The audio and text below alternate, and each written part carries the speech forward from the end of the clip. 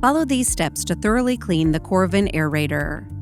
First, pry the aerator head from the rubber housing. This may take some force. Unscrew the aerator's twist-on retainer from the head.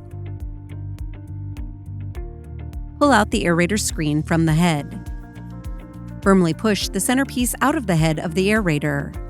When you are done, you will have 5 parts of the aerator. Soak the aerator parts in warm water for a few minutes. Pay special attention to the screen to make sure there are no cork particles in the holes. After soaking the aerator parts, rinse them under running water. Cork particles may rinse out.